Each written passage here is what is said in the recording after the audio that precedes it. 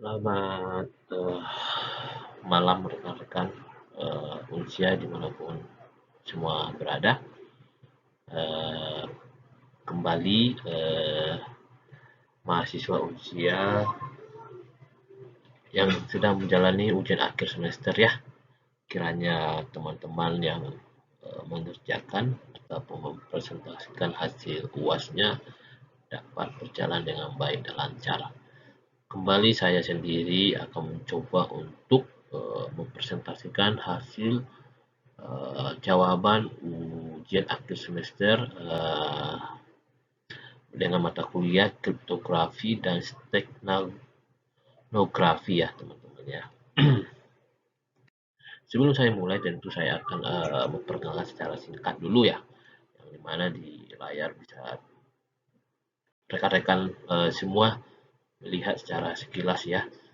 Mata kuliah yang akan saya presentasikan adalah kripto dan teknografi, itu kelas IT 501. Saya prodi informatika PJJ 1 yang dimana saya saat ini kuliah menempuh dari D3 ke S1 di Unsia tentunya.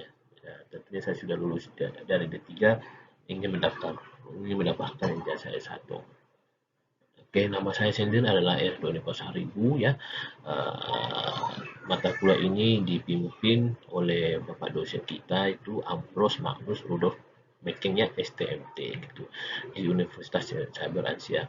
Oke, kalau saya sendiri itu saya sedang bekerja ya di salah satu perusahaan, yaitu nama perusahaan di PT Mitra Informatika.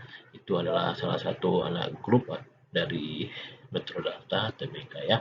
Posisi saya di Mitra Integrasi Informatika ini sebagai apa namanya IT Product Manager seperti itu, yang dimana saya memegang salah satu produk printing ya, service printing yaitu MPS ataupun disebut MPS, print service seperti itu.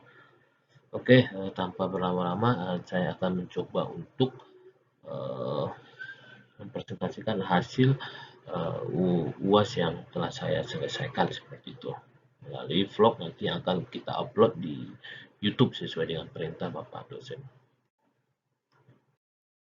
Oke, nah pertanyaan pertama itu yang diberikan oleh Bapak dosen adalah membuat 3 jurnal ilmiah terbaru ya 5 tahun kebelakangan terakhir ya, ya terkait advance encryption standar, fungsi hash, aplikasi kriptografi dan teknografi seperti itu. Nah, di sini saya mencoba mengambil 3 jurnal ilmiah ya, yang dimana jurnal ilmiah ini saya ambil yang pertama itu implementasi aplikasi teknografi yang berbasis web itu ya, tapi dia menggunakan algoritma LSB dan BPCS ya, BPCS gitu. Terus yang kedua itu saya ambil implementasi kriptografi pengamanan data file dokumen menggunakan algoritma Advanced Encryption Standard Mode Zipper Block Chaining ya. Ini sangat baik sekali ya data file ini gitu. Jadi yang dimana file-file kita itu terenkrip dengan baik gitu dari sisi keamanannya. Yang ketiga itu adalah kombinasi Vignere AES256 dan fungsi hash dalam kriptografi aplikasi chatting. Ini juga sangat baik ya, aplikasi chatting yang dimana sistem keamanannya lebih baik gitu.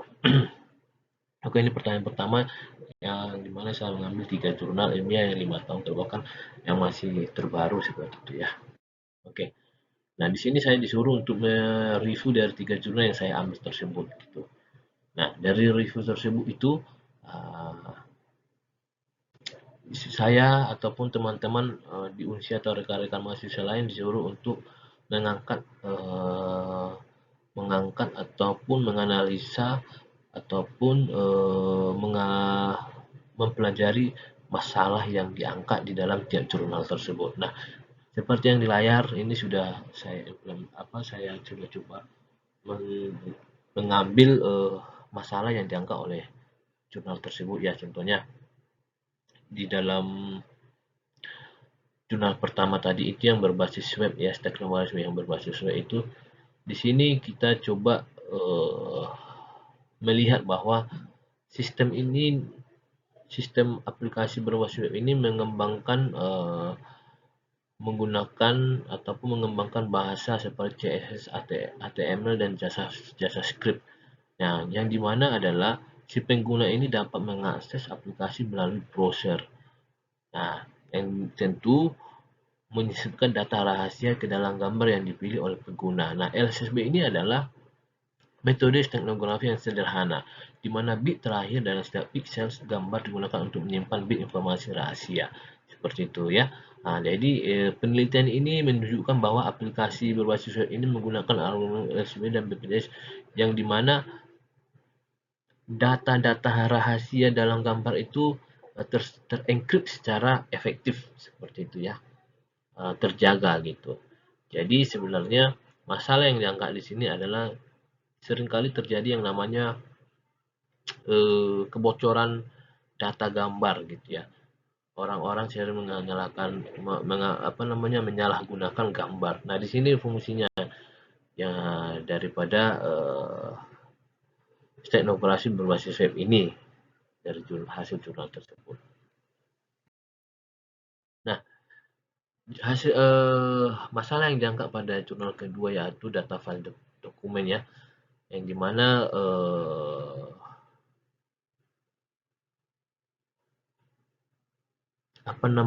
file-file itu bisa terenkrip dengan baik seperti itu.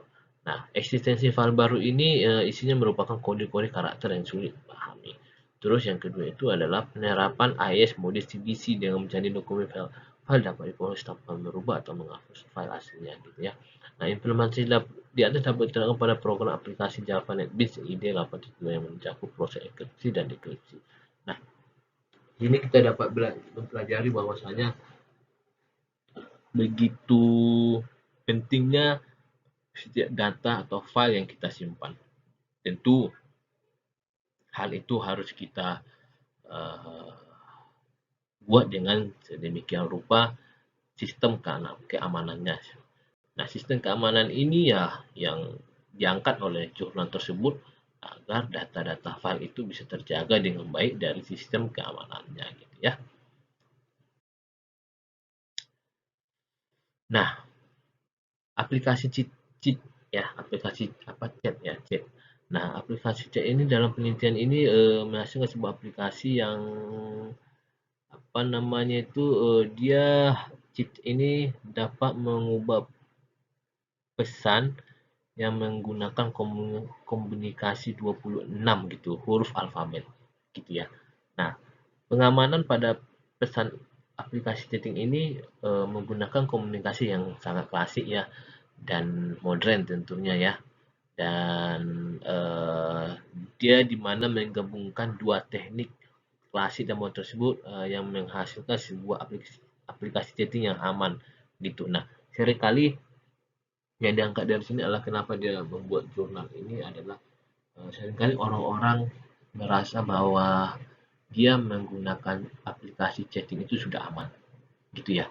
Nah, di sini kita dituntut untuk bisa lebih berhati-hati dalam melakukan aplikasi chatting gitu. Nah, fungsinya jurnal ini mengangkat itu agar menginformasikan bahwasanya ada teknik-teknik ataupun metode-metode yang dapat kita lakukan agar aplikasi chatting tersebut bisa aman gitu.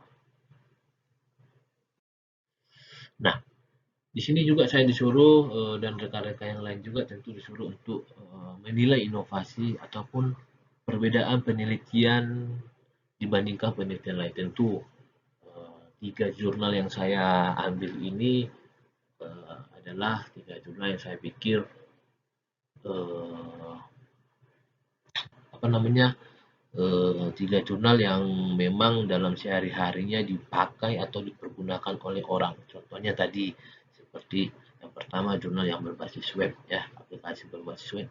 Terus data file dokumen-dokumen kita ya sehari-hari yang kita simpan. Terus yang ketiga aplikasi chatting ya. Aplikasi chatting ini tentu tidak lepas dari hampir semua orang menggunakannya. Contohnya WhatsApp itu kan chatting, Facebook, Instagram, dan lain sebagainya gitu.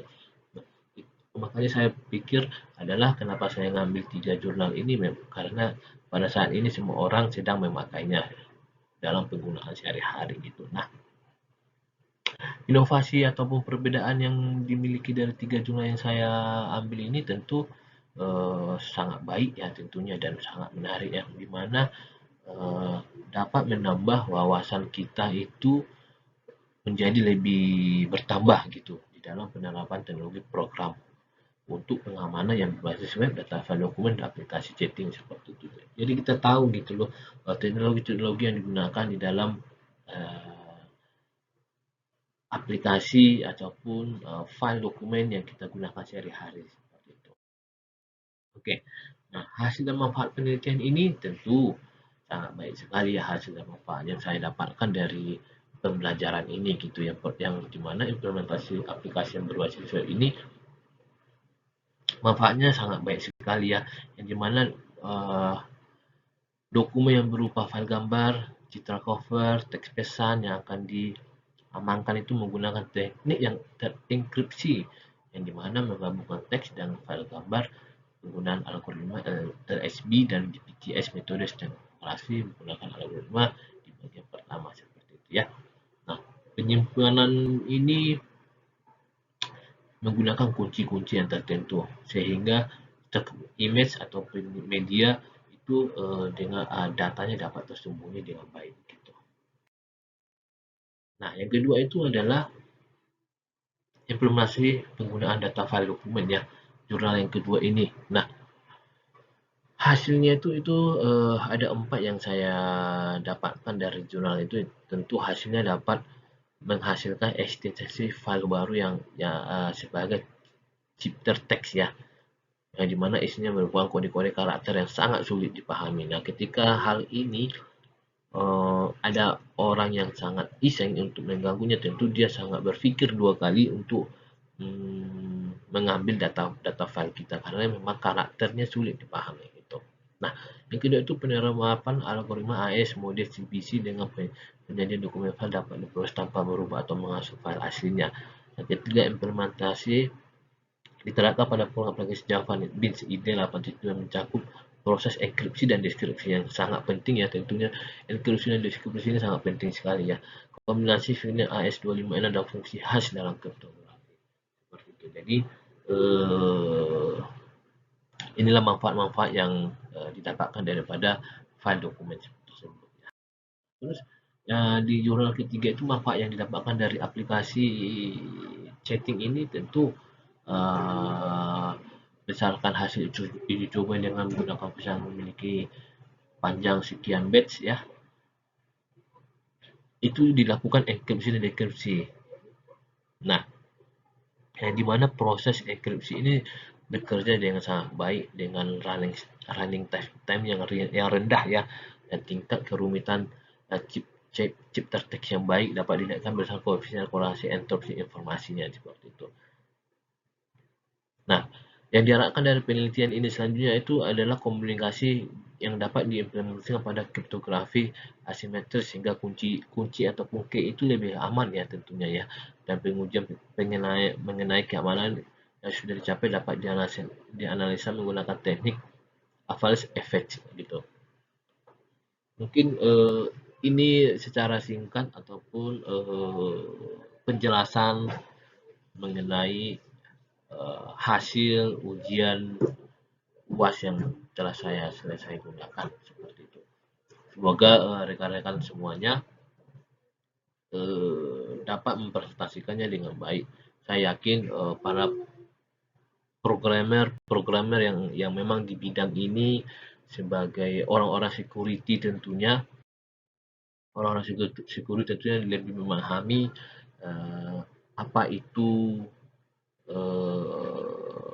keamanan data ya, keamanan data file dan security lainnya, firewall lainnya. Orang-orang yang memang ada di bidang itu tentu lebih memahami apa program-program yang memang untuk bisa menjaga keamanan data user itu sendiri ya, dan data-data dari aplikasi-aplikasi yang telah mereka buat sendiri seperti itu. Sebelumnya juga saya mohon maaf kepada Bapak dosen yang terhormat, kiranya penjelasan saya ini bisa bermanfaat buat orang yang mendengarkan. dan saya minta maaf jika masih terdapat kekurangan dalam penjelasan ini. Semoga kedepannya bisa lebih baik dan terhadap rekan-rekan semuanya tetap semangat. Semoga sukses di kemudian hari yang mungkin itu yang bisa saya sampaikan. Saya ucapkan terima kasih dan salam sehat selalu.